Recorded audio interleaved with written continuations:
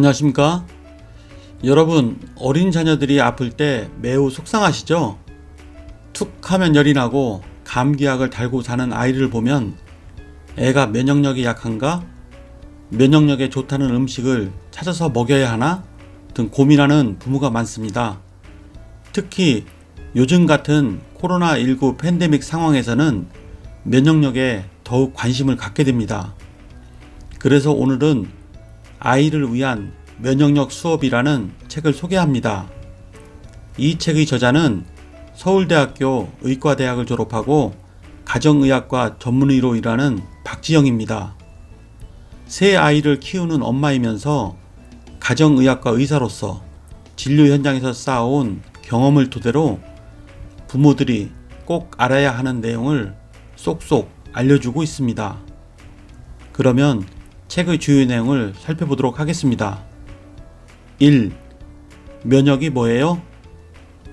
먼저 면역이라는 말부터 알아보겠습니다.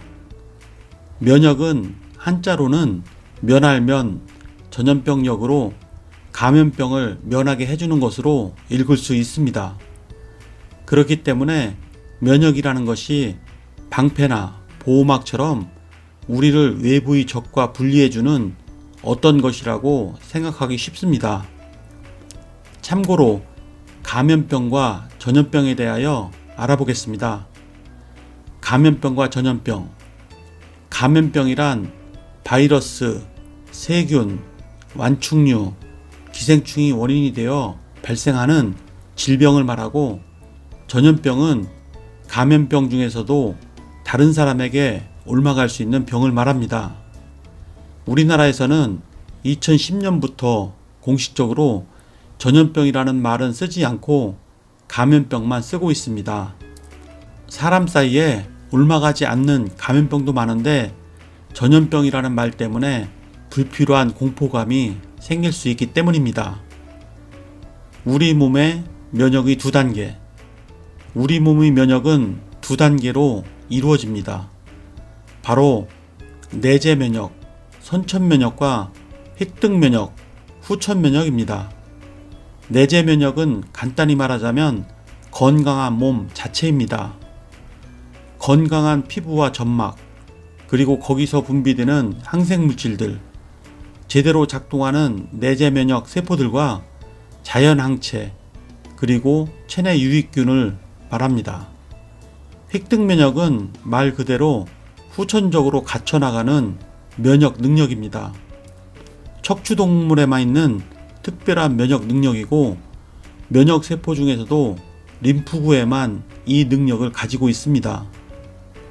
쑥쑥 자라는 아이의 면역.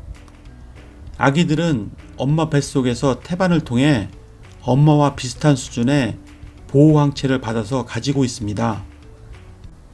그래서 생후 6개월까지는 크게 아프지 않습니다. 만약 100일 전에 아기가 열이 나면 꼭 진료를 받고 원인을 찾아야 합니다. 성인 수준의 항체 면역을 가지고 있는 아기가 열이 난다면 큰 병일 수 있기 때문입니다. 이 보호항체는 반감기를 몇 번 지나면서 점점 감소하여 돌 무렵이 되면 거의 사라지게 됩니다. 그래서 이 6개월 동안 엄마의 항체가 떨어진 이유를 대비하기 위해 여러 예방접종을 하게 됩니다. 우리나라에서는 이 시기에 BCG, B형 간염 백신, 폐렴 구군 백신, B형 헤모필루스 인플루엔자 백신, DTaP, 폴리오 백신을 국가 접종으로 하고 있습니다. 이 면역 프로세스, 믿음직한 일꾼, 면역세포. 면역세포들은 흔히 우리가 백혈구라고 부르는 것들입니다. 혈액 속을 돌아다니면서 외부에서 들어온 적을 감지하고 물리치는 역할을 하는 모든 면역세포들을 백혈구라고 합니다. 이 면역세포들은 종류도 많고 역할도 복잡합니다. 면역 반응의 기본, 염증. 우리의 면역세포들이 일을 하면 염증 반응이 생깁니다. 염증이란 감염이나 세포 손상이 일어났을 때 주변 세포들을 지키기 위해 혈액 속의 세포나 물질들을 필요한 조직으로 불러 모으는 반응입니다. 보통 염증이라고 하면 좋지 않은 것, 위험한 것이라고 생각하기 쉽지만 사실 우리 몸을 지키는 기본적인 면역 반응입니다.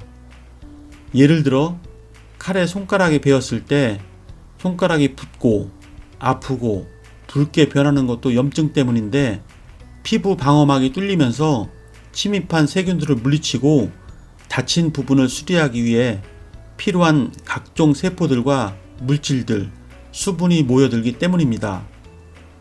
그러니까 염증 반응이 없으면 침입한 세균을 물리치지도 못하고 다친 부분을 복구할 수도 없는 것입니다. 이후에 염증 반응으로 진물 속에 백혈구와 미생물들이 서로 죽고 죽이다가 시체가 되어 같이 뒤섞이면서 누렇게 변하는데, 이것이 고름입니다. 감기에 걸렸을 때 처음에 맑은 콧물이 흐르다가 나중에 누런 콧물이 나오는 이유도 백혈구와 미생물 전사자들 때문이고 전쟁의 끝이 다가온다는 뜻입니다. 3. 좋은 면역력의 조건, 균형과 정확성.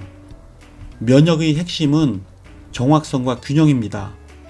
면역력이 제대로 작동하기 위해서는 공격할 적과 보호해야 할 아군을 정확하게 구분해야 합니다.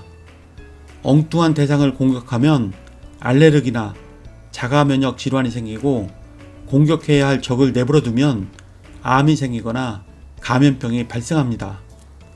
또 적과 싸울 때에 아군이 같이 다치지 않도록 힘의 균형을 잘 잡아야 합니다.